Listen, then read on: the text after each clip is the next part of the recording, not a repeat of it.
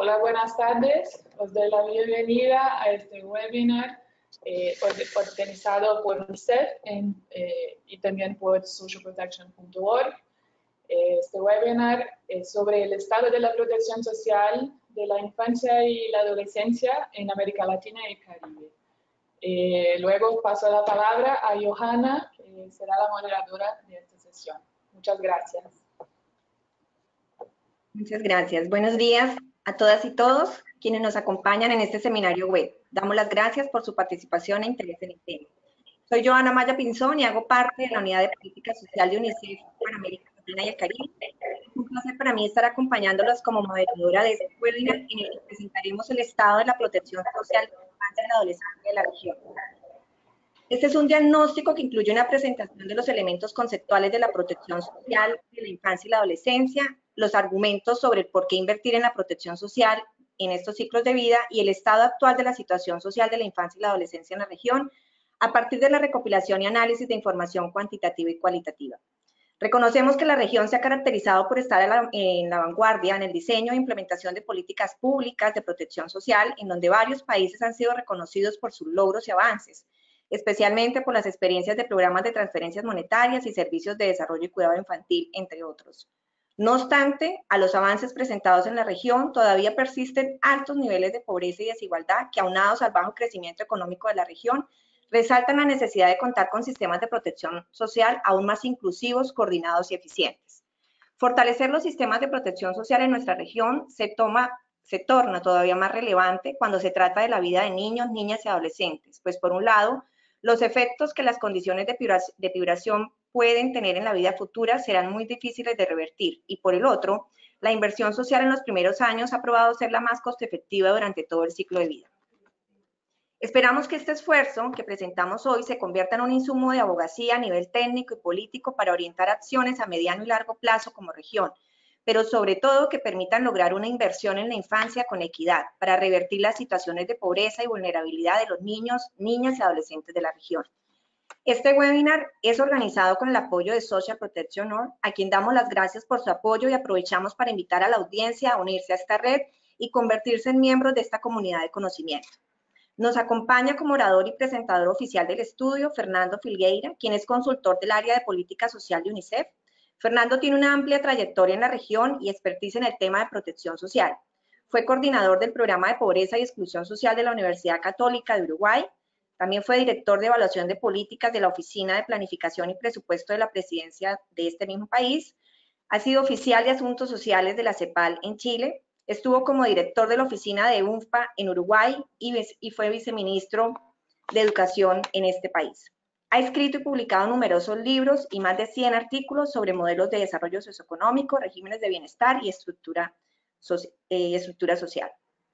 Antes de dar la palabra a Fernando, explicaré la metodología para que puedan participar activamente. Por favor, tengan en cuenta las siguientes indicaciones. Primero daremos la palabra a Fernando para realizar la presentación y al finalizar esta, estaremos abriendo el espacio de respuestas a las preguntas del público. En sus pantallas encontrarán un chat en el que podrán escribir las preguntas. Organizaré y seleccionaré algunas preguntas que serán transmitidas a Fernando para responder en público. Las preguntas que no abordemos durante la sesión en vivo serán respondidas a través de un documento de preguntas y respuestas que estará disponible en la plataforma de Social Protection.org junto con un resumen de este debate y la grabación de la presentación. Fernando, buenos días, bienvenido y te damos la palabra. Johanna, muchas gracias.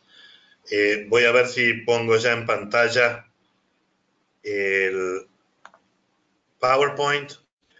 En primer lugar, agradecerle a Johanna, a Mónica, a todo el equipo de UNICEF y a todo el equipo de Social Protection por esta oportunidad. Esto es la presentación de un trabajo que se desarrolló durante buena parte del año pasado y algo de este año, y que fue en rigor un trabajo colectivo, un trabajo en donde la autoría representa simplemente la responsabilidad última, pero no todos los aportes que se realizaron y que contaron con el apoyo de muchos referentes regionales en la materia y también buena parte de las personas que trabajando en UNICEF, ya sea en headquarters en Panamá o en diferentes oficinas que se visitaron en su momento, nos aportaron elementos para producir esto. Quería preguntar simplemente si se ve bien en pantalla en este momento y paso a la presentación.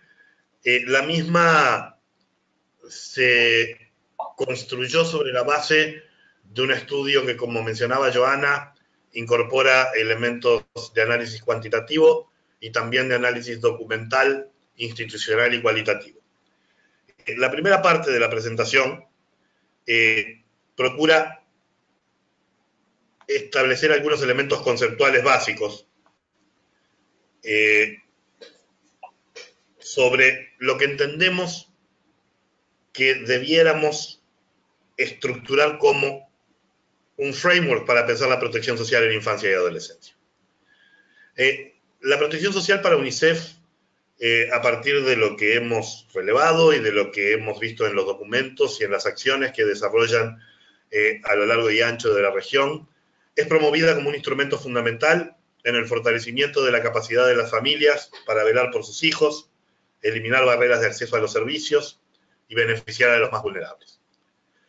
En definitiva, siempre que pensamos en términos de protección social, tenemos que pensar que son políticas, programas y acciones instrumentales, esto es, que procuran generar ciertos efectos en las sociedades en las cuales éstas se aplican. Y en tal sentido, lo fundamental que aquí identificamos es el fortalecimiento de la capacidad de las familias para velar por sus hijos, eliminar barreras de acceso a los servicios y beneficiar a los sectores más vulnerables. Es importante destacar acá este doble aspecto que siempre tiene la protección social en infancia y adolescencia y que cuando hablamos, por ejemplo, de poblaciones activas, no es tan claro. Y que aquí es la importancia de este doble proceso de protección o este doble impacto de la protección. Uno, sobre los individuos propiamente dichos, en este caso, niños, niñas, adolescentes, y otro, sobre sus familias, ya que uno de los espacios de protección fundamental de los niños, niñas y adolescentes son sus propias familias. Bien.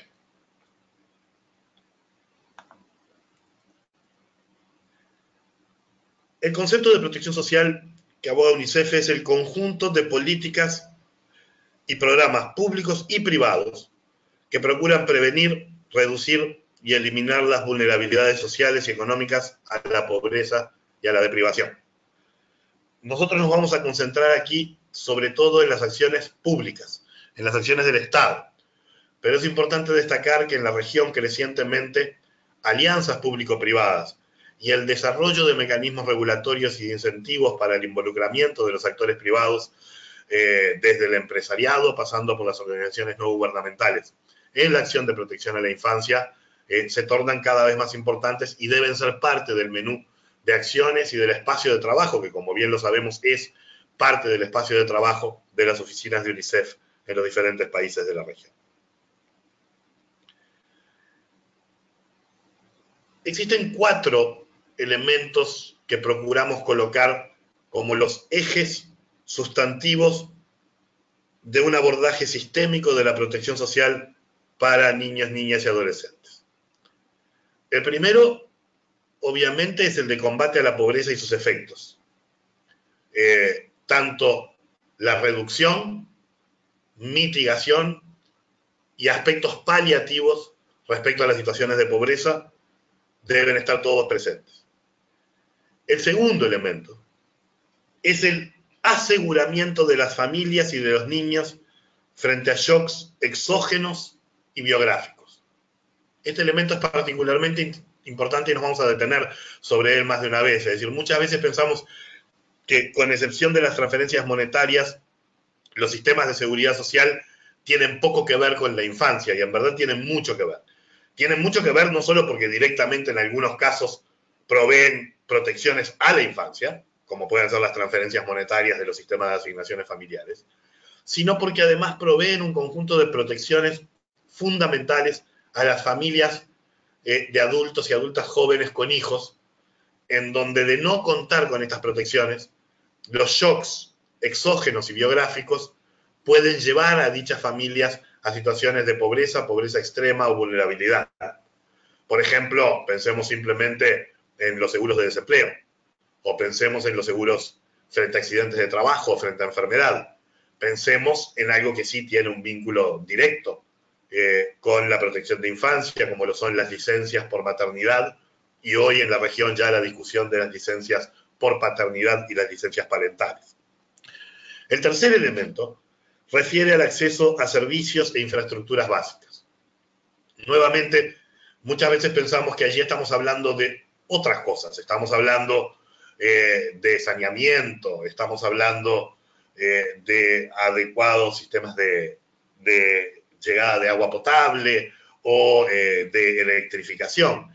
Bueno, todos estos elementos que obviamente pertenecen a sectores de infraestructura clave son y tienen en sí mismos una dimensión fundamental de protección, o dicho de otra manera para que quede muy claro, si no están presentes, generan daños, ¿verdad? O pueden generar daños en aspectos del bienestar de niñas, niños y adolescentes y en la evolución futura de sus posibilidades.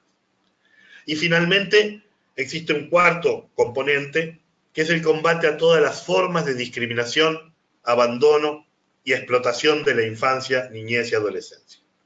Y aquí, por supuesto, estamos hablando de las diferentes acciones, regulaciones, leyes, normas con respecto a los temas de trabajo infantil, respecto a los temas de explotación sexual, respecto a los temas de abandono, diferentes aspectos que se hacen presentes y que están presentes siempre en nuestras sociedades. Estos riesgos se han hecho realidad, lamentablemente, en diferentes momentos y con diferente intensidad, pero en toda nuestra región, pero que además adquieren particular relevancia en la actualidad con algunos temas regionales claves que estamos viviendo. La movilización forzada de poblaciones por situaciones a veces medioambientales, a veces de conflicto interno, o a veces de crisis profundas de nuestros estados-nación y de los modelos de desarrollo social y económico de nuestros países. Allí tenemos procesos migratorios muy importantes. Entonces, allí aparecen un conjunto de elementos en donde UNICEF viene trabajando y viene trabajando fuertemente, pero que tenemos que tener presentes que son realidades que posiblemente no solo se mantengan en el tiempo, sino que puedan incrementar su ocurrencia en los años venideros. Bien. El último punto conceptual que queremos marcar fuertemente y que fue parte de este trabajo colectivo y de intercambio que realizamos, es que la protección social, en general, no solo la protección de infancia, yo al menos, y creo que colectivamente hoy, no vemos a la protección social como un sector de la política social.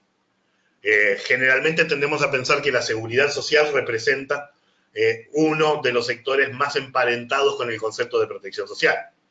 Pero en realidad, la protección social es una función que procura combatir las situaciones de pobreza, paliar sus efectos, mitigar su intensidad, procura evitar y proteger a las personas frente a shocks de crisis económicas, de situaciones biográficas como las que mencionábamos, por ejemplo, la muerte de un cónyuge, o la situación del nacimiento de una niña y un niño, con todos los efectos que ello tiene sobre los aspectos económicos y sociales de la familia.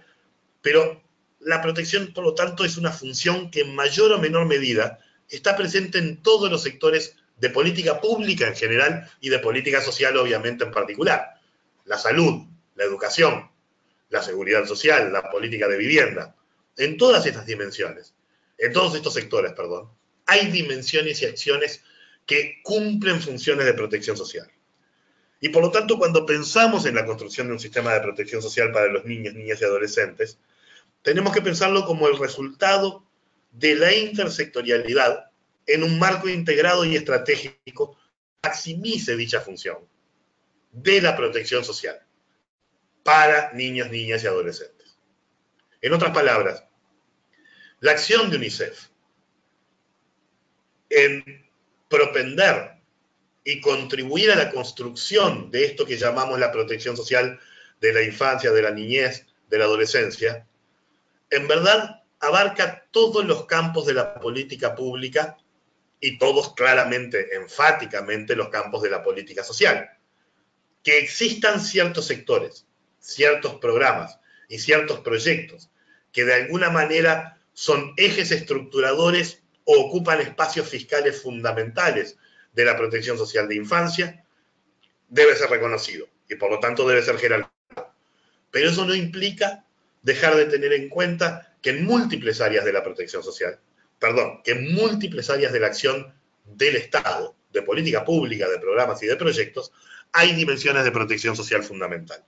Luego voy a poner algunos ejemplos de políticas, de leyes, de regulaciones que muchas veces no las pensamos directamente asociados a la protección de infancia, niñez y adolescencia y que sin embargo, una vez que escarbamos un poco, nos damos cuenta claramente de su importancia. Una breve mención metodológica que adelanté previamente es que este diagnóstico de la región se construyó mediante 5 estrategias complementarias.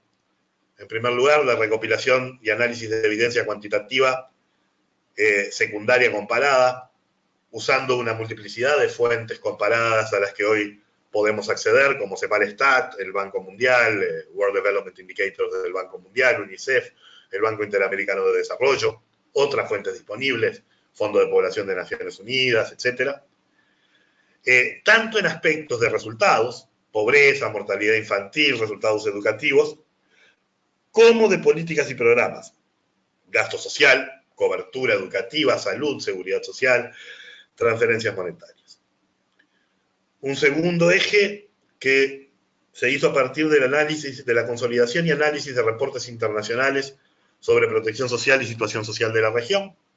Allí obviamente se incluye el panorama social de América Latina de la CEPAL, los reportes sobre infancia de la UNICEF, reportes recientes que se realizaron desde el Banco Mundial sobre la necesidad de inversión en educación y la necesidad de inversión en infancia temprana, etc. En tercer lugar, se realizaron visitas de campo a 2 países de la región, Colombia y Argentina, y por diferentes momentos de trabajo se aprovecharon situaciones también de viaje, en el caso de Chile, en mi caso, en el caso de Uruguay por estar aquí, en donde se desarrollaron entrevistas con oficiales de UNICEF, referentes de gobiernos y otras agencias multilaterales, así como análisis de documentación pertinentes, tanto de UNICEF como de los estados y de sus políticas públicas y otras fuentes sobre los dispositivos, políticas y programas de protección social.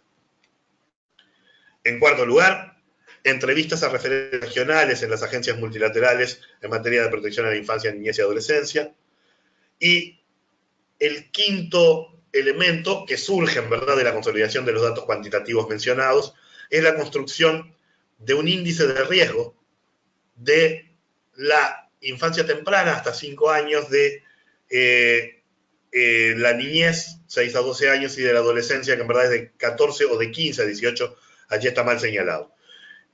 Por otra parte, también se hizo, a partir de la consolidación, esto no está mencionado en las slides que ustedes tienen ahí, pero a partir de la consolidación de la evidencia cuantitativa sobre aspectos de gasto y cobertura, se construyó también un índice de esfuerzo del Estado en materia de protección social. Entonces, de alguna manera, estos son los elementos que componen la sustancia del material que ahora pasamos a presentarles. Muy bien. El primer bloque lo vamos a concentrar en fundamentar la importancia de la inversión en la infancia y adolescencia, observando aspectos contextuales, evidencia y teoría respecto a esto. Permítame previamente a ingresar en los puntos concretos, insistir sobre el argumento y las formas en que podemos hacer advocacy por una mayor inversión en materia de infancia y adolescencia. En realidad, las políticas públicas y el esfuerzo que realizan los países en materia de políticas públicas se pueden medir de muchas maneras. Pero una manera fundamental y que generalmente no falla es los montos de dinero que efectivamente se invierten en los aspectos de política pública, de programas y de proyectos orientados a la protección de infancia y adolescencia. Y hay que tener claro que el espacio fiscal disponible para nuestros países, que fue relativamente amplio durante inicios del siglo XXI y que se ha vuelto bastante más constreñido en la actualidad, ese espacio fiscal siempre es un espacio fiscal en disputa. En disputa por diferentes sectores, actores, intereses que procuran capturar recursos. Y por lo tanto, uno de los roles de UNICEF aquí es, como socio de los estados nacionales en pos del desarrollo de la infancia, niñez y adolescencia, es constituir una estrategia de advocacy y de apoyo a la construcción de estos espacios fiscales. Y una parte importante de lo que el documento en cuestión, que obviamente está disponible para todos quienes lo quieran ver, insiste, es la importancia de desarrollar argumentos, evidencia y estrategias para fortalecer dichos espacios. Hay obviamente diferentes argumentos de por qué debemos invertir en la niñez y adolescencia. El primero de ellos, y que no admite cortapisas, es el de derechos. Una mirada desde la perspectiva de derechos nos obliga a reconocer que todavía en nuestra región una amplia proporción de niñas y adolescentes se encuentran violentados en sus derechos fundamentales.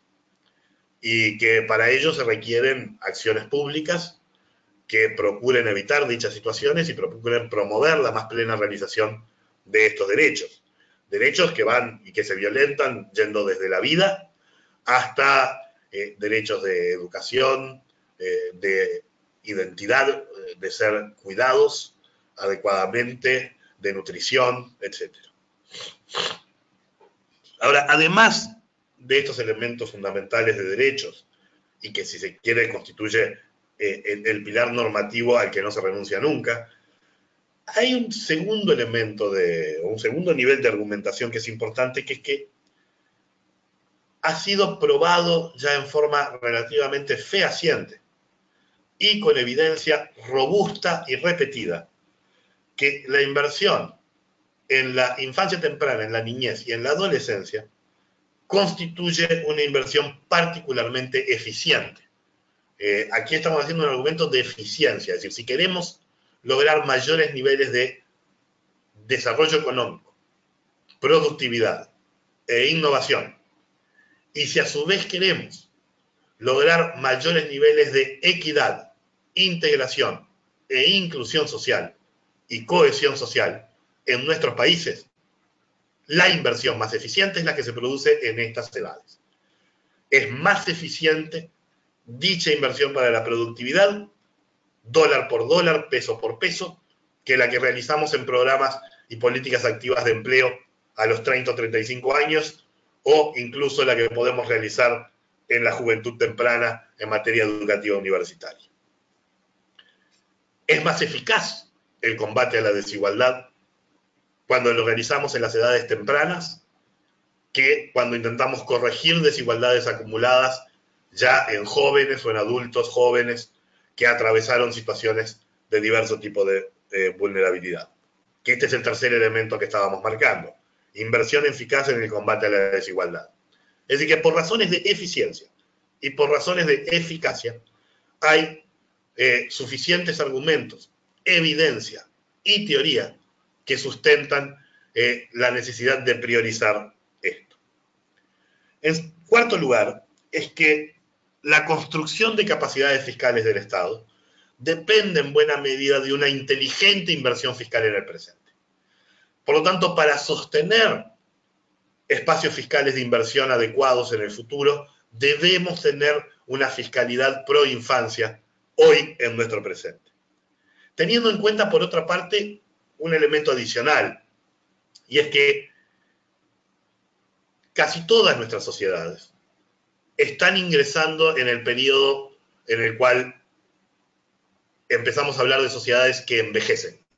Algunas lo van a hacer dentro de 5 años, otras ya lo están haciendo, otras lo van a hacer dentro de 15 o de 20 años. Pero en un periodo de no más de 15 o 20 años, casi todas las sociedades de la región van a estar en proceso de envejecimiento. El envejecimiento no es simplemente más personas viejas más longevas, es también menos niños. Es una caída importante en la tasa de fecundidad que ya se viene produciendo, con una convergencia muy marcada entre países.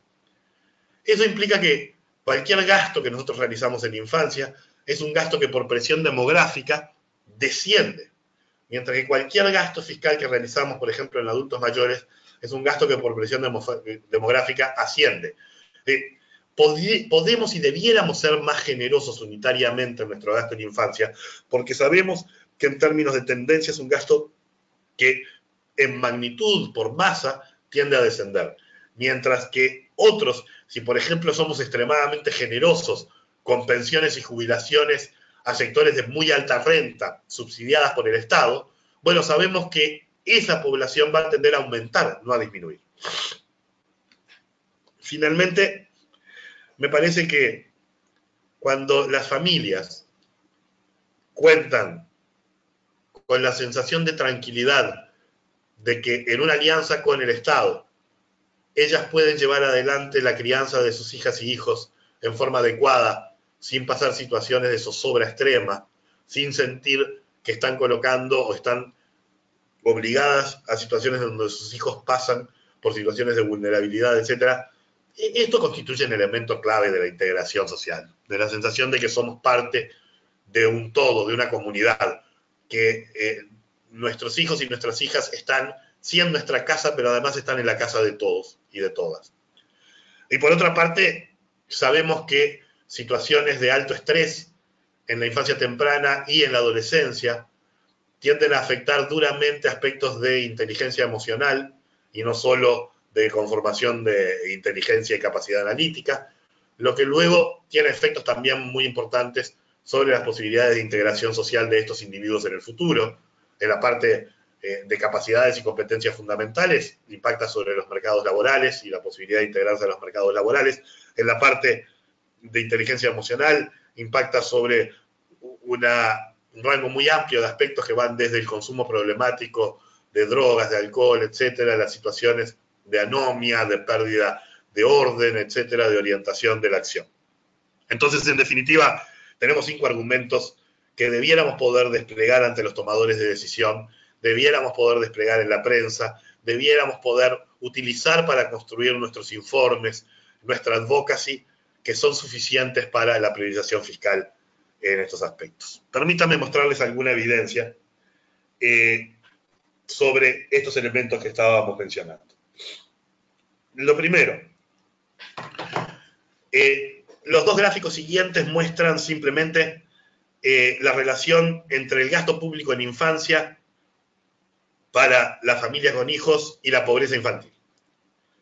Y lo que podemos ver es una recta que se marca claramente en donde a menor gasto en infancia, ven aquí baja el gasto en infancia, aquí aumenta la pobreza infantil, a menor gasto de infancia, mayores niveles de pobreza infantil.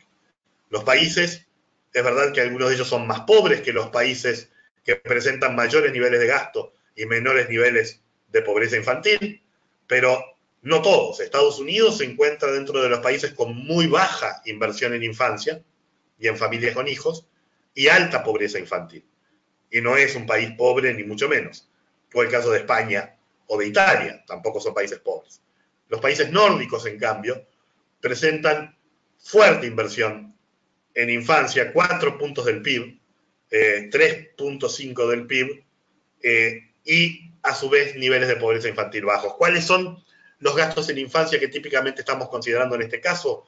Estamos considerando el gasto en transferencias monetarias a las familias con hijos, estamos considerando el gasto en los sistemas de licencias maternales y parentales, y estamos considerando el gasto en los sistemas de cuidado infantil. No estamos considerando aquí ni siquiera el gasto en educación, solo este gasto en temprana infancia y en familias con hijos pequeños. Lo mismo sucede cuando observamos el siguiente gráfico, en donde vemos que la mayor disminución de la desigualdad, la caída del índice de Gini, que es casi de 40%, por ejemplo, en el caso de Dinamarca, es decir, el coeficiente de Gini antes de transferencias e impuestos es 40% más alto que lo que es luego de transferencias e impuestos en Dinamarca. Pero eso cuando lo medimos a partir del gasto en beneficios familiares. Esto es, los países que más gastan en beneficios familiares a familias con hijos pequeños tienen el mayor impacto en la reducción de la desigualdad de su gasto social en conjunto. Y los que menos lo hacen, como el caso de Chile y México, en menor medida. En definitiva, tenemos que pensar lo siguiente. Tenemos que plantearnos que en tanto nuestras sociedades tienden a envejecer y en tanto el desafío es, por lo tanto, la construcción de cohortes infantiles que serán cada vez más pequeñas, pero pretendemos que sean cada vez menos vulnerables y, por lo tanto, con mejor desarrollo relativo, tenemos que observar comparativamente cómo diferentes países se están plantando o se han plantado frente a los dilemas de procesos de envejecimiento y el desafío de la inversión en infancia. Y déjenme decírselo de una manera lo más simple posible. Hay 3 cosas que se pueden transformar en 6 cosas que uno quisiera ver en países que van a disminuir su fecundidad y van a aumentar su población envejecida. Lo primero es efectivamente una convergencia de la fecundidad a niveles en torno a niveles de reemplazo. Lo segundo es que esa fecundidad que disminuye sea convergente entre estratos sociales. Esto es, no queremos una fecundidad de sectores pobres de 3 hijos por mujer y en sectores medios altos de 1 hijo por mujer. Queremos una fecundidad que esté para todos los estratos en torno a 1,9, 2, 2,1, 2,2. ¿Por qué? Porque eso es la mejor forma de combatir la pobreza infantil, una convergencia en la fecundidad.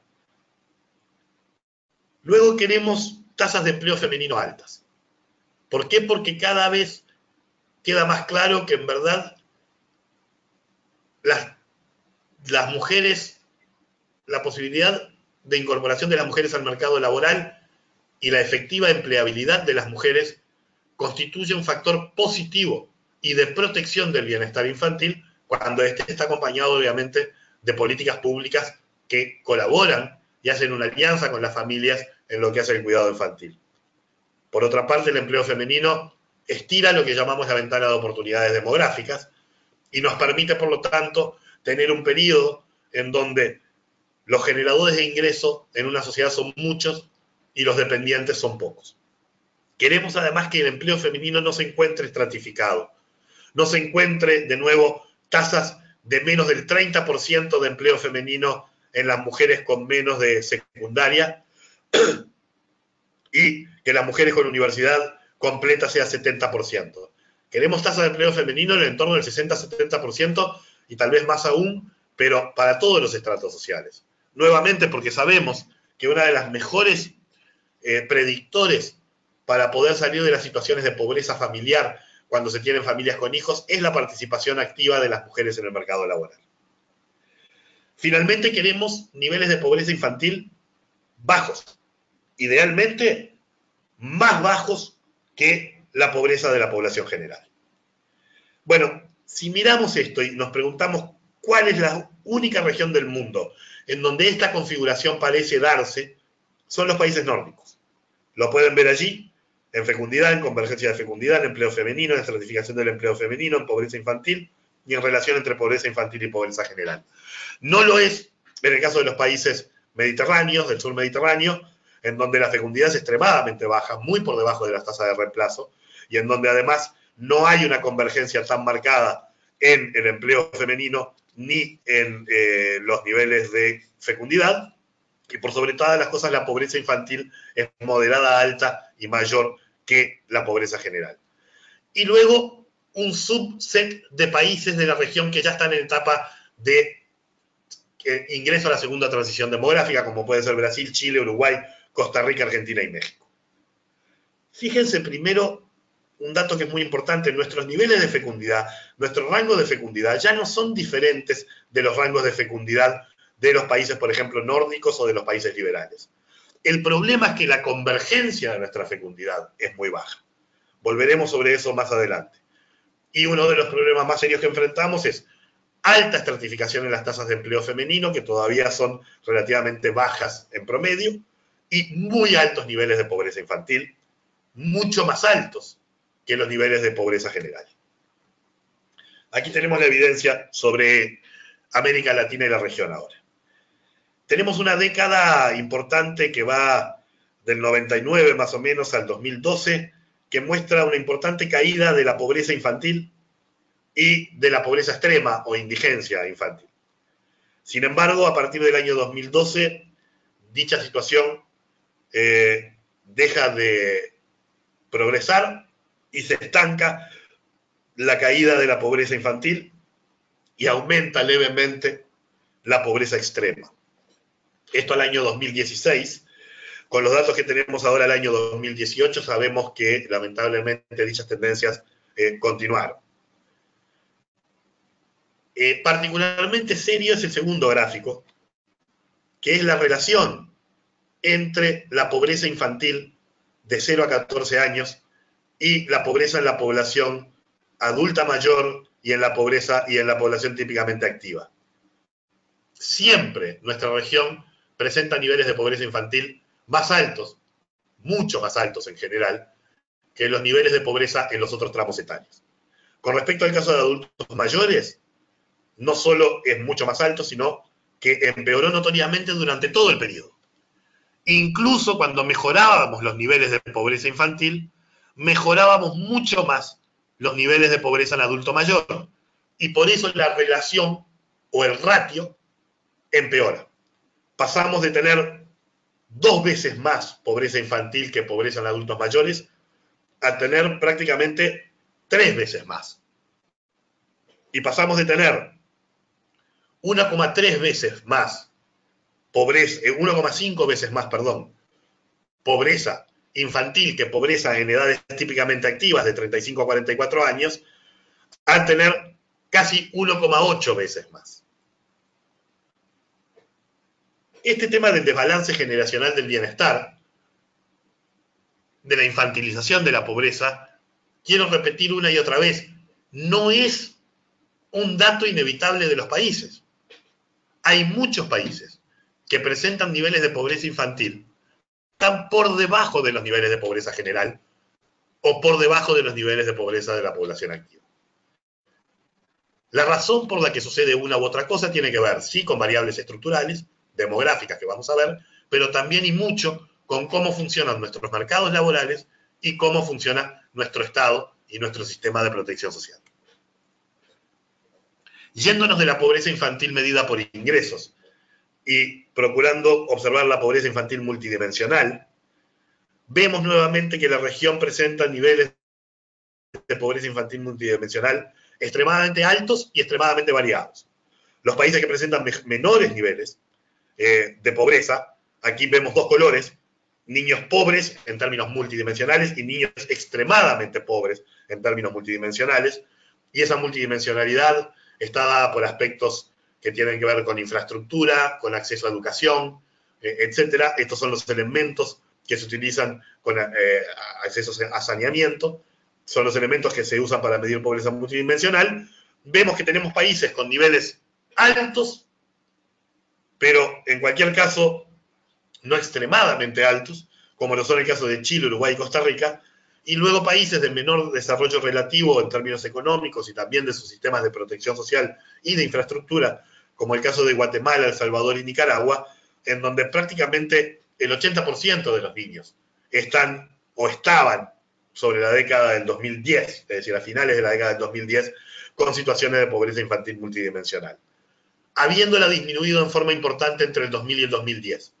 No contamos hoy con datos más recientes, vamos a esperar las nuevas rondas censales para poder medir esto y además georreferenciarlo, pero lo que sí sabemos de algunos países que han seguido midiendo esto es que en verdad, al igual que con la pobreza monetaria, pero por suerte en menor medida, asistimos a un estancamiento luego del 2013-2014 del progreso que se venía realizando en esta materia.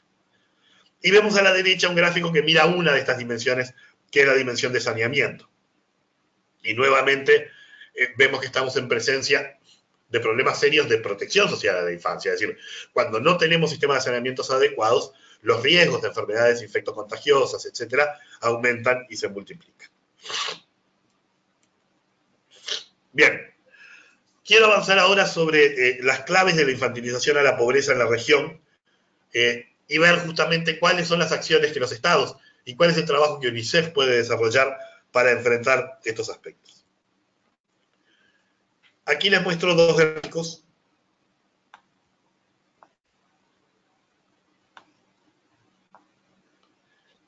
Perdón. Aquí les estoy mostrando dos gráficos. El primero de ellos muestra las curvas de fecundidad en América Latina, en la región como un todo, por edades simples y para diferentes niveles educativos. El primer nivel educativo que ustedes ven, la curva que crece más rápido, con una pendiente más marcada, es la curva de las mujeres con educación por debajo de 9 años completos, de 5 a 8 años de educación completa.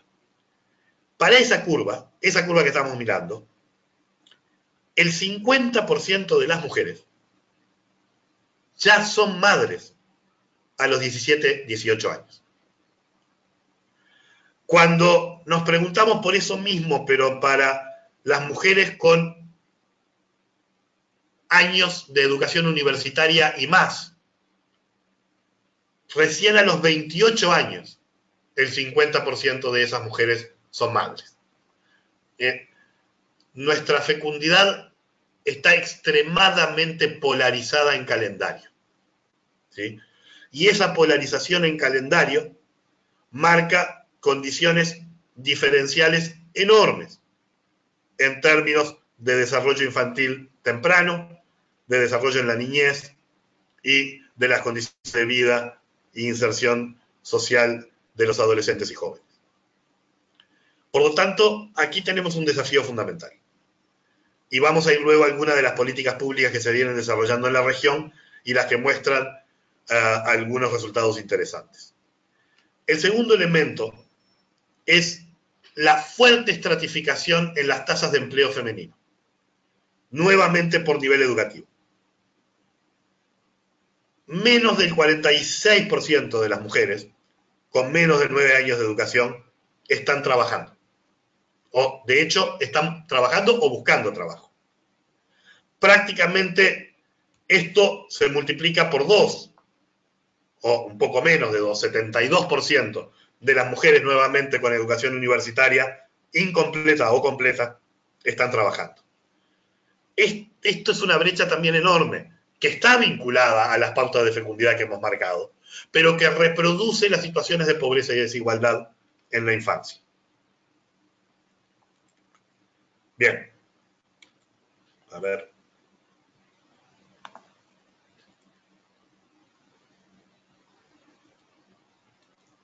Estoy intentando moverme, que no lo estoy logrando. Ahí. El otro elemento que quiero mencionar y con lo que nos retrotrae al tema de la seguridad social es lo siguiente. Aquí tenemos un gráfico que muestra el porcentaje de niños y niñas menores de 14 años que están en hogares que carecen de cobertura de la seguridad social contributiva y que carecen de cualquier tipo de cobertura. Esto es que no les llega ningún tipo de apoyo monetario a esas familias, sea por la forma de pensiones no contributivas, asignaciones familiares, transferencias monetarias condicionadas a familias con hijos, etc. Y esto lo estamos viendo por quintiles de ingreso. En el quintil más pobre, el 90% de los niños de 0 a 14 años están en familias, que vamos a decirlo en forma que sea más clara, están en familias en donde padres y madres no van a tener finalmente una jubilación contributiva, están en familias en donde padres y madres no acceden a licencias por maternidad y por paternidad, están en familias en donde si el padre o la madre caen en situación de desempleo, no va a haber transferencias monetarias para apoyarlos, están en familias a la intemperie, frente a shocks biográficos y frente a shocks exógenos. Eso baja mucho, baja a 48% en ese mismo quintil cuando consideramos cualquier tipo de transferencia. Es decir, cuentan, sí, por ejemplo, con transferencias monetarias condicionadas, focalizadas a los sectores más pobres. ¿Sí? Pero carecen de todo lo otro que yo les decía. 67% en el quintil 3, sin acceso a seguridad social, y 46% en el quintil 5. Aún alto, incluso en el quintil 5. ¿Sí? Es decir que los aseguramientos básicos a las familias con hijos debieran ser una prioridad de la acción de los estados y parte del trabajo de UNICEF. Generalmente lo dejamos afuera. Y seguir trabajando sobre transferencias monetarias que lleguen a las familias con hijos también es otra clave, porque vemos cómo al menos disminuye mucho el porcentaje sin ninguna cobertura. Esto varía mucho por país. Lo podemos ver en el siguiente gráfico. Fíjense el caso de Chile, por ejemplo. Chile, en verdad, en el quintil más pobre, en seguridad social, presenta una situación similar a la región, como lo presentan casi todos los países. Un porcentaje muy importante de esos niños carecen de padres y madres con coberturas típicas de la seguridad social. Pero claro, cuando incorporamos las asignaciones familiares de dimensión no contributiva y el salario familia en Chile y otros elementos de transferencias monetarias, disminuye notoriamente el porcentaje de familias de 0 a 14 sin ningún tipo de apoyo. Algo similar ocurre en Costa Rica y en Uruguay, pero no así en Paraguay o en Perú o en Nicaragua, en donde los sistemas de transferencias monetarias condicionadas y otras formas no contributivas de apoyo no han tenido el mismo desarrollo que en otros países. Dos desafíos, por lo tanto. Tenemos que avanzar a mayores niveles de cobertura de la seguridad social, tenemos que lograr formas amigables y de bajo costo para las familias para tener elementos fundamentales de aseguramiento, y tenemos que continuar trabajando, en particular en algunos países, para que lleguen las transferencias monetarias en cantidad y en montos adecuados a las familias con hijos menores de 18 años. En este caso lo medimos sobre hijos menores de 14. Ahora bien, las claves de la infantilización de la pobreza tienen que ver con esto que les acabo de mostrar.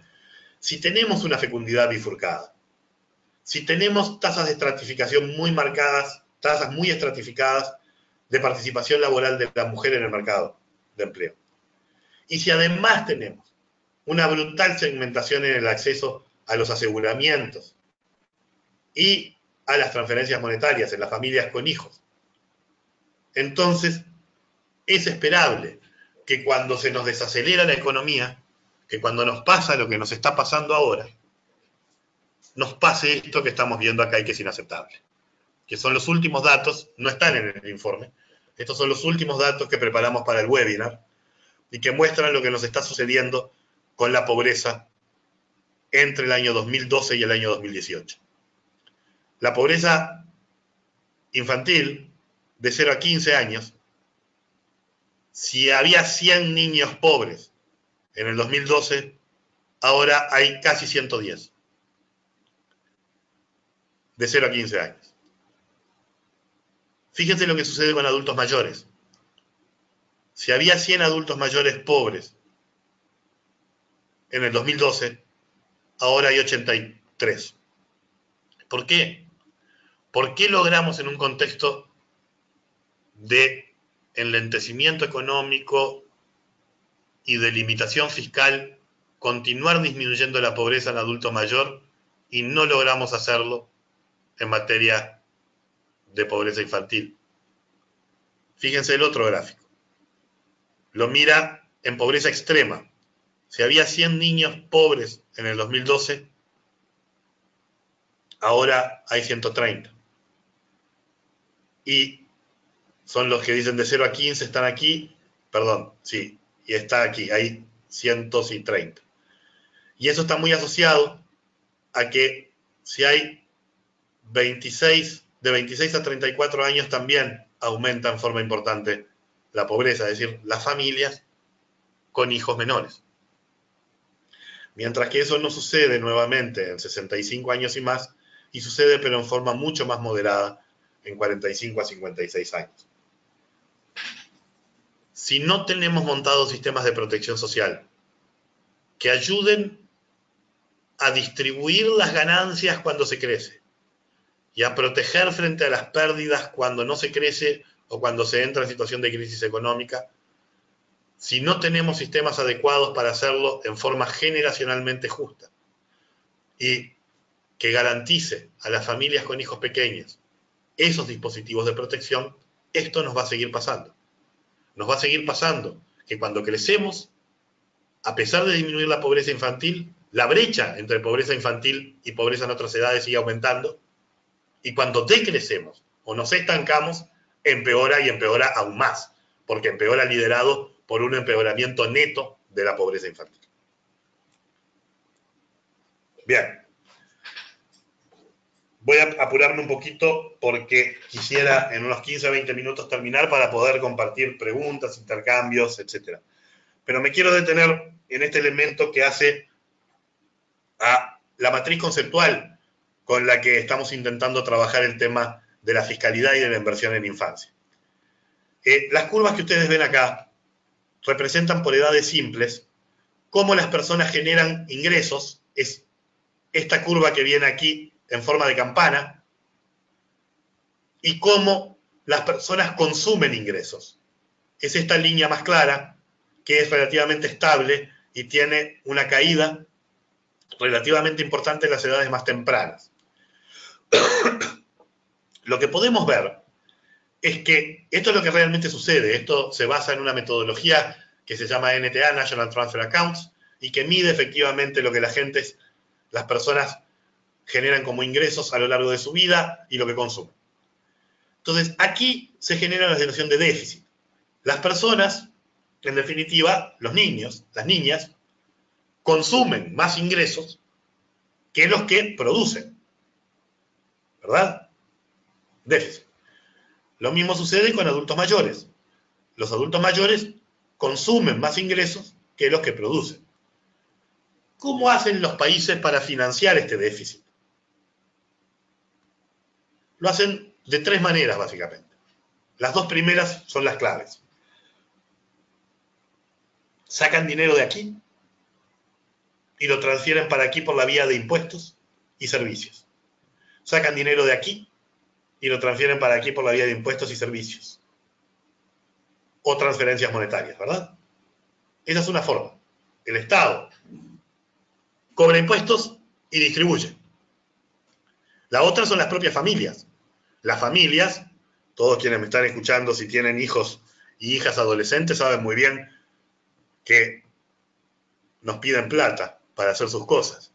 Además, obviamente, nosotros a nuestros hijos y hijas les pagamos los alimentos, la vivienda, etc. Es decir, que aquí nosotros transferimos por la vía familiar y aquí también muchas veces a nuestros abuelas y abuelos los ayudamos con ingresos o conviven en nuestras familias. Pero es verdad que el Estado hace muchas cosas aquí. Asignaciones familiares, educación, salud. El Estado hace muchas cosas aquí. Jubilaciones, pensiones. Pero las familias también hacen mucho. La tercera forma es porque yo mismo en un momento ahorro aquí parte de este dinero y me lo transfiero para aquí para usarlo cuando soy adulto mayor. Pero estas son las dinámicas, en definitiva, de cómo las sociedades hacen para redistribuir a lo largo de la vida los ingresos y el consumo de las personas. Miremos entonces ahora esto. Los jóvenes entre 0 a 24 años, que son la población que directamente nos preocupa en este trabajo, que son los menores de edad de 0 a 18, y la población que empieza a emanciparse para formar nuevos hogares y que muchas veces tienen hijos pequeños, de 0, 1, 2 y 3 años. Esa población de 0 a 24, en general, consume más ingresos que los que genera. La pregunta es, ¿quién le financia ese consumo? Lo que podemos ver es que en América Latina, el 61,2% del consumo de los niños, niñas y adolescentes y jóvenes depende de la familia en la que viven. Se los hace la familia. la familia, con los dineros que tiene o no tiene, paga la alimentación, la ropa, la vestimenta, etc. Los cuidados. Solo un 18% lo financia el Estado. Y un 21,4% lo financian los jóvenes, en general, cuando no hay trabajo infantil, que es lo ideal, los jóvenes de 18, 20, 22, 23 años con su propio trabajo. Ahora, miremos Finlandia, que es el otro caso extremo. Casi el 50% del consumo de esas personas de 0 a 24 años está proporcionado por el Estado. Entonces, fíjense el músculo distributivo que tiene el Estado en edades tempranas versus la ausencia de músculo distributivo y de protección que tiene nuestro Estado en edades tempranas. Y esto, obviamente, tiene que ver con que hay países más ricos y menos ricos, pero esto son proporciones relativas. Es decir, nosotros podríamos, a través de un sistema impositivo más potente, generar más recursos y volcarlos en mayor medida a la protección de la infancia.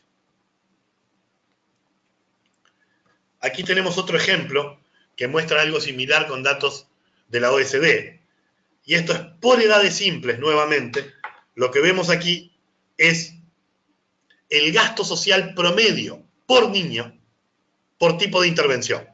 Sea porque transfieren dinero, que es el área negra, porque financian sistemas de cuidados, que es el área rayadita, porque financian educación o otros tipos de gastos. Fíjense desde el prenatal, que está aquí, hasta los 5 años, el caso de Chile, que es de los países que gasta más de América Latina. Pero fíjense el enorme vacío que se hace presente en estas edades. Esto que dice 20 acá, quiere decir que esto es 20% de la mediana del ingreso de un hogar. ¿Sí? Es relativo a la riqueza del país. Esto no es más o menos porque Finlandia es más rico y Chile es más pobre. Esto es relativo al ingreso de cada país.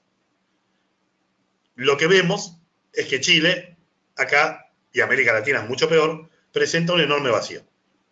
Finlandia, en cambio, nuevamente, esta área gasta notoriamente más que Chile, a niveles similares de lo que gasta luego cuando ya los jóvenes ingresan en el sistema educativo. Entonces, nuevamente, la importancia de observar estos datos comparados no es para decir vamos a hacer Finlandia, porque no podemos serlo. Es para entender, en términos relativos, cuánto espacio todavía tenemos para avanzar en materia de fiscalidad y de inversión en el gasto infantil, especialmente en este gráfico lo que nos muestra el gasto en infancia temprana, en primera infancia, de 0 a 4, de 0 a 5 años. Bien. ¿Cómo avanzamos entonces hacia un nuevo contrato social que va a tener que ser de clase, va a tener que ser más redistributivo, va a tener que ser de género? Tenemos que redefinir el contrato de género porque ya vimos que el tema de la participación de la mujer en el mercado laboral es clave, y obviamente hacia un nuevo contrato generacional. Tenemos infantilizada nuestra pobreza, tenemos fuertes segmentaciones en las coberturas de las familias con hijos pequeños y fuertes déficits, tenemos problemas serios en aspectos de infraestructura, en donde no estamos llegando a las poblaciones de menor edad. El primer punto que quiero destacar es la importancia de una institucionalidad adecuada y potente para la protección a la infancia, niñez y adolescencia, que desfragmente el actual escenario de políticas y programas. América Latina en el último tiempo ha desarrollado políticas y programas orientados a la infancia y adolescencia, más que en su pasado, más que en el pasado más lejano. Eso es una buena noticia, pero lo ha hecho en forma extremadamente fragmentaria. A diferencia de otros sectores de política pública en donde hay rectorías claves, en América Latina en general carecemos de rectorías claves para las políticas y programas orientadas a la protección social en infancia, niñez y adolescencia. tenemos que desfragmentar para poder incrementar el poder intraestatal que defiende esa fiscalidad. Si no, hay otros actores muy poderosos, con rectorías claras, que se quedan con ese espacio fiscal. Además, tenemos que ir a diseños integrados, en términos de financiamiento, criterios de acceso, estipulaciones de calidad, valores de prestación, que incluyan coordinación interinstitucional, intersectorial y territorial, y que eviten las lagunas de cobertura, así como la superposición de políticas y programas. Fíjense algunos ejemplos, ahora sí entrando más en políticas y programas. Argentina presenta en realidad 3 sistemas de transferencias a las familias con hijos. La exoneración impositiva en el sistema de impuestos a las familias con hijos, las asignaciones familiares contributivas y las asignaciones universales por hijo, las cuales no solo están administradas diferencialmente y no están integradas, sino que por otra parte tienen valores diferentes.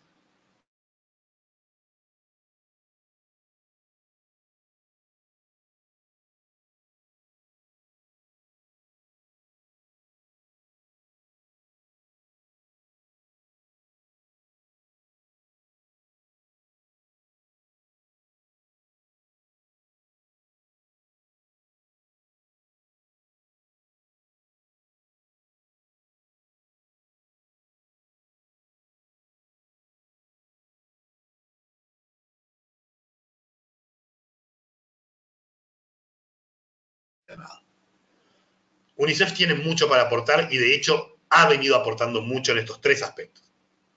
Pero me parece que identificarlos como prioridad estratégica fundamental y entender el por qué lo hacemos puede ayudar mucho a construir una mirada desde las oficinas en donde el objetivo de ganar poder intraestatal fiscal, integrar políticas y programas que hoy no lo están, y construir sistemas de información multiplataforma integrados de brechas, avances y esfuerzos, puede ayudar a el trabajo futuro del Estado y obviamente de UNICEF.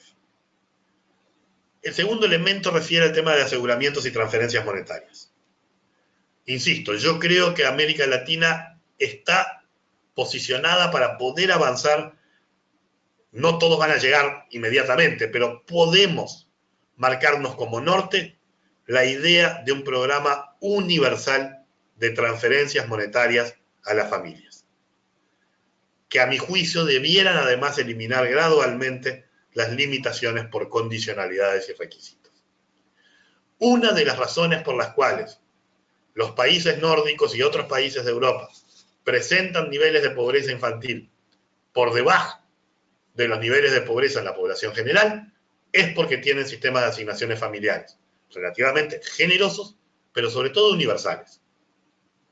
No son focalizados, no son a los más pobres de los pobres. La razón es que se lo considera un derecho. Es un derecho de el niño y la niña y es un derecho de las familias. En el fondo, las familias, cuando colocan su esfuerzo y su trabajo en la crianza, en el cariño, en el cuidado de las nuevas generaciones, están produciendo un bien para la sociedad toda. Y el Estado debe reconocer eso. Yo creo que debemos avanzar hacia una bonificación de las asignaciones por hijo en los hogares monomaternales. Allí se concentra una parte enorme de la pobreza infantil en nuestras sociedades. Por el tiempo yo no pude presentar datos, pero hay claramente un diferencial. Y el tercero es extender la cobertura de un piso básico de aseguramiento, que hoy solo beneficia a los trabajadores formales y que incluye las licencias por maternidad y paternidad, el aseguramiento en salud, seguros laborales por enfermedad y accidentes de trabajo, así como los seguros de desempleo. Ahora, para lograr eso tenemos que hacer más barato el tema de la afiliación a la seguridad social. La parte más cara de la afiliación a la seguridad social son las pensiones contributivas. En verdad nosotros debiéramos avanzar y UNICEF debiera pensar en algunos países se ha hecho, se está discutiendo al menos, en abogar por modelos en donde, sabiendo que muchas de las adultas y adultos mayores del futuro van a contar, sobre todo de los sectores de menores ingresos, con una pensión no contributiva, cosa que hemos avanzado bastante en la región, financiada desde rentas generales, lo que tenemos que pensar es que tal vez en las etapas tempranas del ciclo de vida familiar, esas familias no tienen por qué aportar al sistema de pensiones y jubilaciones, ya que su piso está dado por la pensión no contributiva. Ellos aportan mucho menos, por lo tanto, por estos otros aseguramientos claves de desempleo, licencia, etc. Pensemos en una arquitectura que permita eso. Acceso a cuidados, educación y salud. Debemos extender los servicios de atención colectiva de calidad para niños y niñas de 0 a 3 años de edad y extender la cobertura para niños y niñas en edad preescolar de 4 y 5 años de edad. Se ha avanzado, nuevamente en el documento está, la evidencia lo muestra, se ha avanzado igual en forma estratificada, pero esto constituye una política clave porque tiene un triple bono. El bono de derechos y bienestar de la infancia, el bono sobre igualdad, porque incrementa notoriamente igualdad de oportunidades, y el bono de la participación laboral de la mujer, porque facilita la incorporación de las mujeres, sobre todo de menores ingresos al mercado laboral, que es la otra razón. Si las asignaciones familiares y el gasto en infancia es una de las razones de la baja pobreza infantil en los países nórdicos, por ejemplo, la otra razón es la alta participación laboral de la mujer de los sectores no altos, sino de los sectores medios, bajos y bajos. Extender cobertura y retención en la educación media es una clave. Una clave porque además es una de las formas más importantes de disminuir la fecundidad temprana, o el embarazo adolescente o la maternidad adolescente. Extender la presencia de puestos de salud preventiva y de primer nivel y suprimir sistemas de copagos para el acceso a prestaciones de salud materno-infantiles.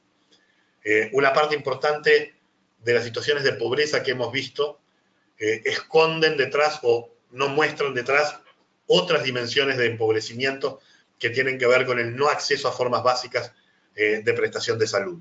Y allí los sistemas de copagos han constituido una barrera de acceso a los sectores de más bajos ingresos. Nuevamente, en la situación de familias con hijos, nosotros debiéramos tener políticas de cero copago. Esto se ha hecho en algunos países. Para algunas prestaciones que tienen que ver con los chequeos médicos gestacionales, que tienen que ver con los primeros chequeos médicos de niñas, niños y adolescentes, esto se realiza sin ningún tipo de copago de forma gratuita y sin necesidad de pertenecer a un sistema contributivo. Se ha hecho en países más ricos y en países más pobres de América Latina. Es decir, que es una línea que a costos relativamente accesibles los estados pueden desarrollar. Extender las horas diarias de tiempo de atención y escolaridad en menores de 0 a 12 años para cubrir un día de trabajo completo promedio. Esto sí es caro y esto sí puede tener estrategias de tipo focalizadas, nuevamente para favorecer la incorporación de las mujeres al mercado laboral de los sectores más bajos y para favorecer los cuidados generales en la población infantil más vulnerable. Proporcionar métodos anticonceptivos modernos, gratuitos de manera universal, con énfasis en los métodos anticonceptivos reversibles de larga duración. Déjenme detenerme en esto y les prometo que en 5 minutos terminamos. 10. Uruguay por primera vez logra en los últimos 3 años una disminución notoria de la maternidad adolescente y del embarazo adolescente. Y lo logra fundamentalmente por una razón. Por una campaña relativamente amplia, sostenida en el tiempo, de oferta gratuita de implantes subdérmicos y de DIU para población adolescente y joven. América Latina presenta niveles de embarazo adolescente totalmente desviados para sus niveles de fecundidad. Somos la región que tiene tasas de embarazo adolescente más altas del mundo después de África subsahariana, cuando ya les mostré que tenemos niveles de fecundidad totales, similares hoy a buena parte de los países europeos, sobre todo en los países más avanzados en la transición demográfica. Por lo tanto, no olvidemos, esta no es una política cara. Las políticas de anticoncepción reversible de larga duración, en el largo plazo, son más baratas que subsidios a cualquier otra forma de de anticoncepción, salvo el método de barrera, el condón, que ese sigue, o el preservativo, que ese sigue siendo más barato. Infraestructura y servicios básicos. Precisamos sistemas de indicadores georreferenciados, y UNICEF ha promocionado estos para abogar luego por inversiones adecuadas y necesarias en zonas más deprimidas y a donde menos llega el Estado. La descentralización es una buena noticia, pero siempre que venga acompañada de fondos federales o nacionales centrales en educación, salud, saneamiento, infraestructura, que redistribuyan mediante fórmulas de equidad y necesidad la inversión o el traspaso de fondos a los gobiernos subnacionales. Dejar en manos de los gobiernos departamentales la responsabilidad de la inversión en estos aspectos, sin fondos solidarios nacionales, cuando también sabemos que tenemos la región más desigual en términos territoriales, es parte de los problemas que ha generado cuellos de botella para seguir avanzando en materia de infraestructura. Y UNICEF puede promover el desarrollo de proyectos piloto en áreas acotadas para que estos operen como evidencia de los enormes beneficios que el saneamiento, el agua potable y otras llegadas de infraestructura básica pueden tener en materia de logros sobre el bienestar infantil. Para quienes quieran verlo más adelante, pueden avanzar, pero no quiero detenerme en esto porque quiero dar paso a las preguntas, en el índice y en la tipología de países para poder ajustar intervenciones y esfuerzos. Este índice se construye para niños de 0 a 5, niños de 6 a 3 años y adolescentes de 14 a 17 años. Es un índice de riesgo social que cuenta con diferentes variables que se combinan en un único índice: la pobreza, la tasa neta de matriculación en preprimaria y en servicios de cuidado, para niños de 0 a 5, la tasa de mortalidad infantil y la de mortalidad neonatal como más específica. El de 6 a 13 años tiene pobreza extrema en 0 a 14, finalización de la educación primaria, estudiantes de tercero con bajo rendimiento en niveles de aprendizaje fundamental, y así seguimos con otros índices, otros indicadores para el índice de riesgo de 14 a 17 años. Y asimismo, construimos un índice de esfuerzos y coberturas del Estado. La cobertura de transferencias monetarias en personas pobres que viven en hogares con niños, porcentaje de niños en familias con al menos un contribuyente a la seguridad social, el esfuerzo que realizamos en gasto público, en educación, en salud, en seguridad social, como porcentaje del PIB, las privaciones moderadas y severas de niños menores de 18 años, el uso de métodos anticonceptivos modernos y partos atendidos por personal especializado. En el fondo construimos, luego podemos detallarlo más, un índice de resultados, de riesgo social, situación de riesgo, y un índice de esfuerzo. Y vemos lo que más o menos hemos visto también en otros indicadores sueltos que hemos ido mostrando. Generalmente Uruguay, Chile, Costa Rica, Argentina presentan niveles de riesgo social más bajos. Guatemala, Honduras, Nicaragua, El Salvador, niveles más altos. República Dominicana, sobre todo en 0 a 5 años, aparece con niveles de riesgo muy, muy altos, y eso podemos ver después por qué es, por algunos indicadores particulares. Y en el índice de esfuerzo, generalmente vemos la situación inversa. Argentina, Uruguay y Costa Rica realizan esfuerzos más amplios. Es interesante notar el caso de Chile, que en términos de índice de esfuerzo del Estado, medido en su fiscalidad sobre todo, en algunos otros indicadores no tanto, no es tan alto. Sin embargo, tanto una adecuada focalización como la eficacia de su gasto genera logros en materia de riesgo social, y también el hecho de ser un país relativamente más rico, niveles de riesgo social bastante más bajos. Bien.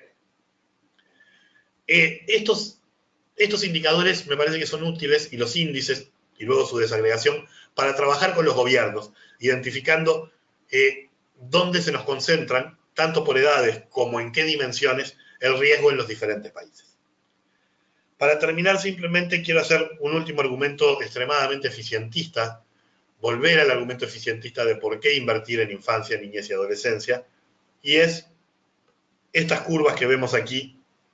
Simplemente voy a mostrar estas, que es la evolución de la productividad del trabajo, medida como PIB por hora trabajada, desde 1970 hasta el 2006 para 3 países: Dinamarca, Finlandia y los Estados Unidos.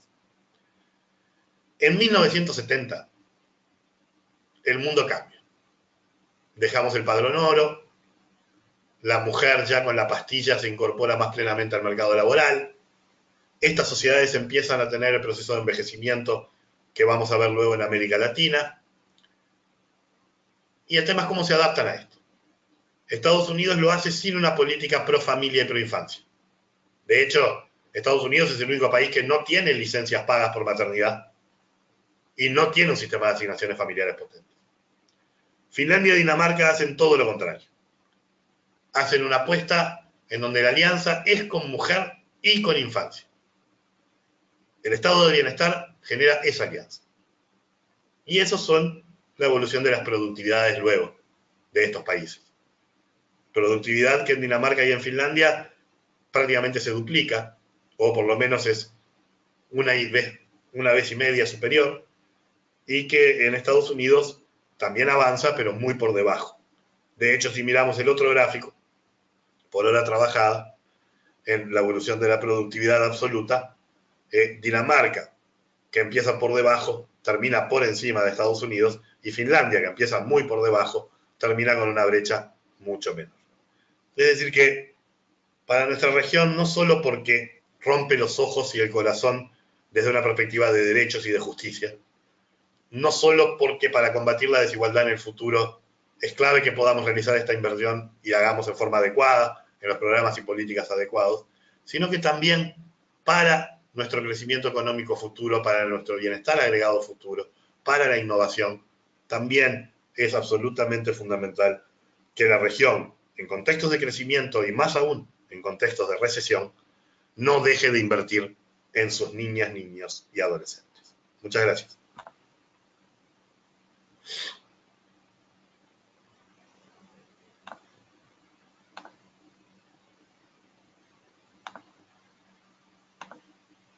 A ver ahora, ¿me escuchan?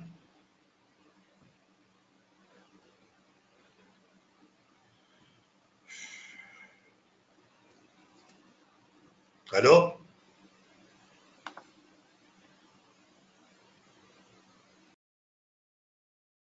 Bueno, perdona a todos. Asumo ahora de parte del Social Protection mientras Johanna intenta arreglar su micrófono. Y bueno, hago a Fernando una pregunta de los participantes. La pregunta es que en América Latina atraviesa una época de gran tensión política. En su opinión, ¿es más fácil o más difícil presentar el argumento a favor de la protección social en ese contexto?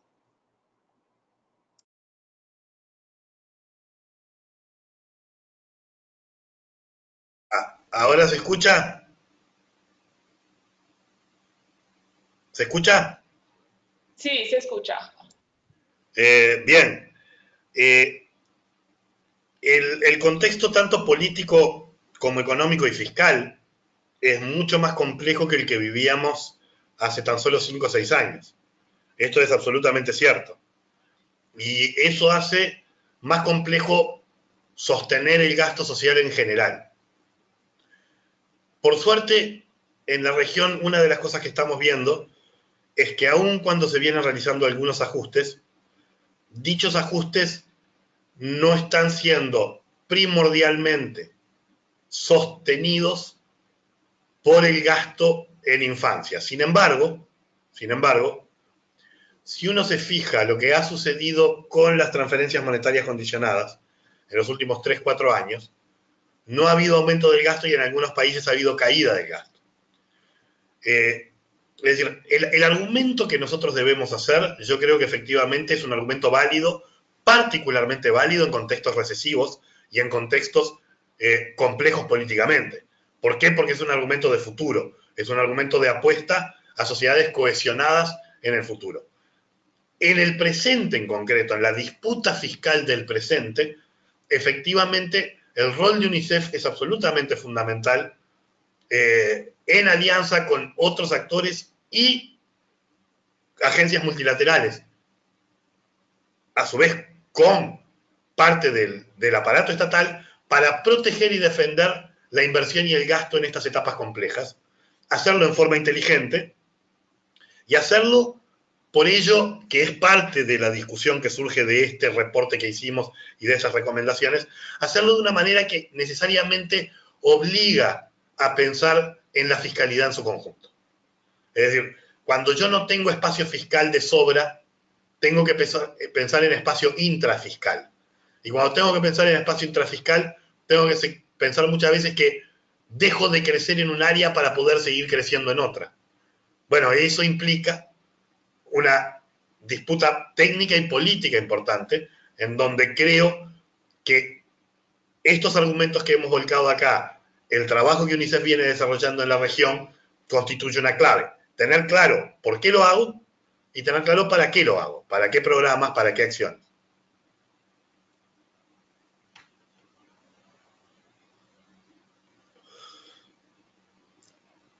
Perfecto, Fernando, muchas gracias. Tenemos una otra pregunta de Pedro Baracaldo. Sí.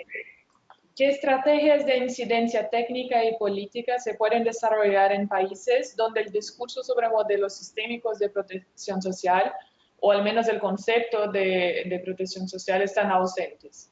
Es decir, los sectores de manera independiente se apuestan a la superación de pobreza y la protección de las familias y las poblaciones vulnerables, pero en el marco normativo institucional no hay un modelo de coordinación formal ni un esquema intersectorial que comprenda la lógica de la protección social como algo más macro a la seguridad social. De acuerdo. Pedro, es un gusto además porque, bueno, estuvimos juntos en Colombia viendo algunos de estos desafíos. La pregunta que hace Pedro es muy importante porque en realidad lo que nos pasa en buena parte de la región es que no hay una mirada sistémica de la protección social. Hay una mirada sectorial de la protección social. Hay países que han avanzado más. Hay países que no solo para la infancia, pero en general, han integrado mejor, por ejemplo, las dimensiones contributivas y no contributivas de las transferencias monetarias. Y hay países que han logrado también espacios de coordinación interinstitucional entre educación, salud y seguridad social que empiezan a permitir justamente que aparezca esta idea de la protección social como transversal a la sectorialidad. Una forma que me parece interesante de hacerlo, y que yo creo que muchas oficinas de UNICEF podrían, y tal vez ya están planteándolo, es decir, miren, la región en verdad tiene una larga tradición sectorial de política social. La que hemos intentado introducir en los últimos 15, 20 años, yo diría buena parte de las agencias multilaterales, también parte de la academia y algunos espacios de la política social del Estado propiamente dicho, es una mirada de ciclo de vida, no sectorial, sino decir, bueno, en verdad todos los sectores contribuyen al bienestar de la infancia, del adulto mayor, de la población activa. Entonces, de alguna manera yo creo que una forma de avanzar es decir, bueno, ¿por qué no hacemos un primer ejercicio a proponerle a los estados?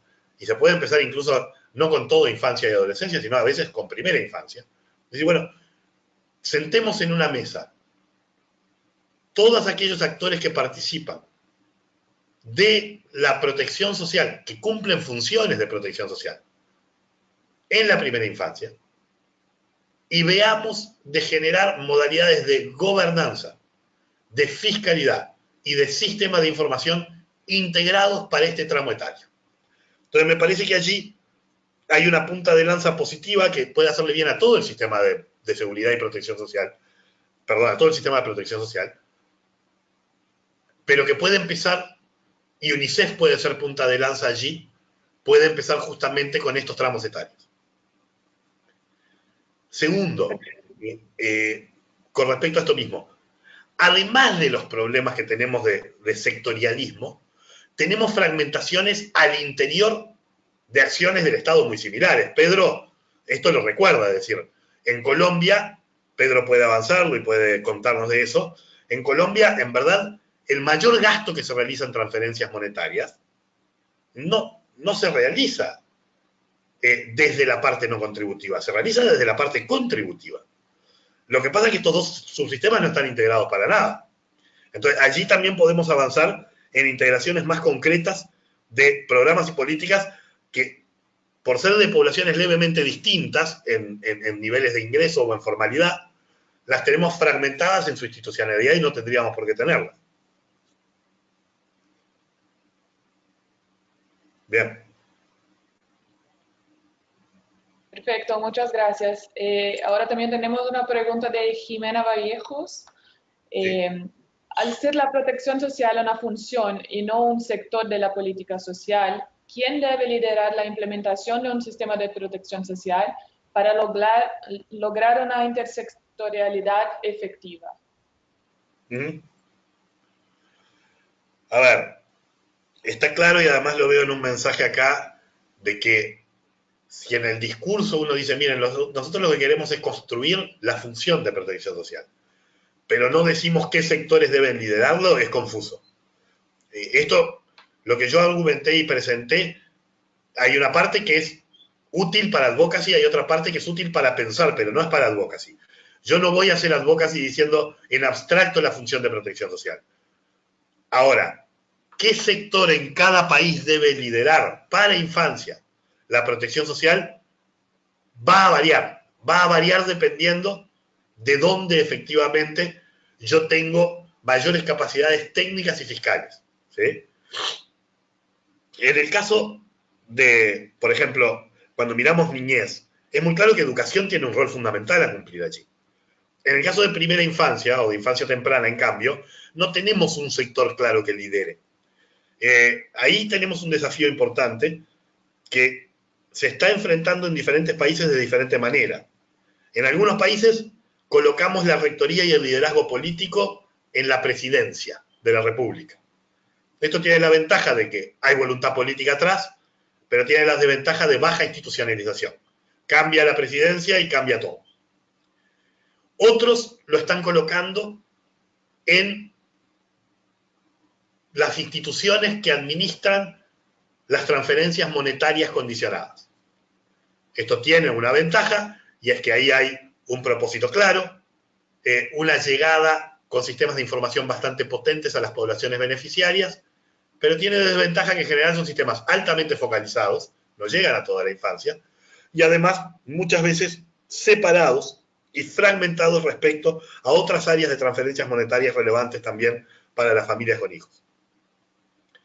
En otros casos, esto se ha colocado en las viejas estructuras de servicios y de regulación de los derechos de la infancia de tipos institutos de familia o institutos de minoridad.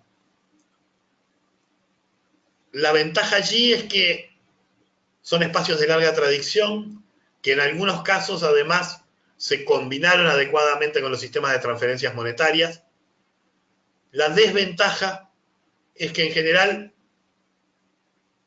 la tradición y el ethos de estos subsectores está fuertemente orientada a la población altamente vulnerabilizada.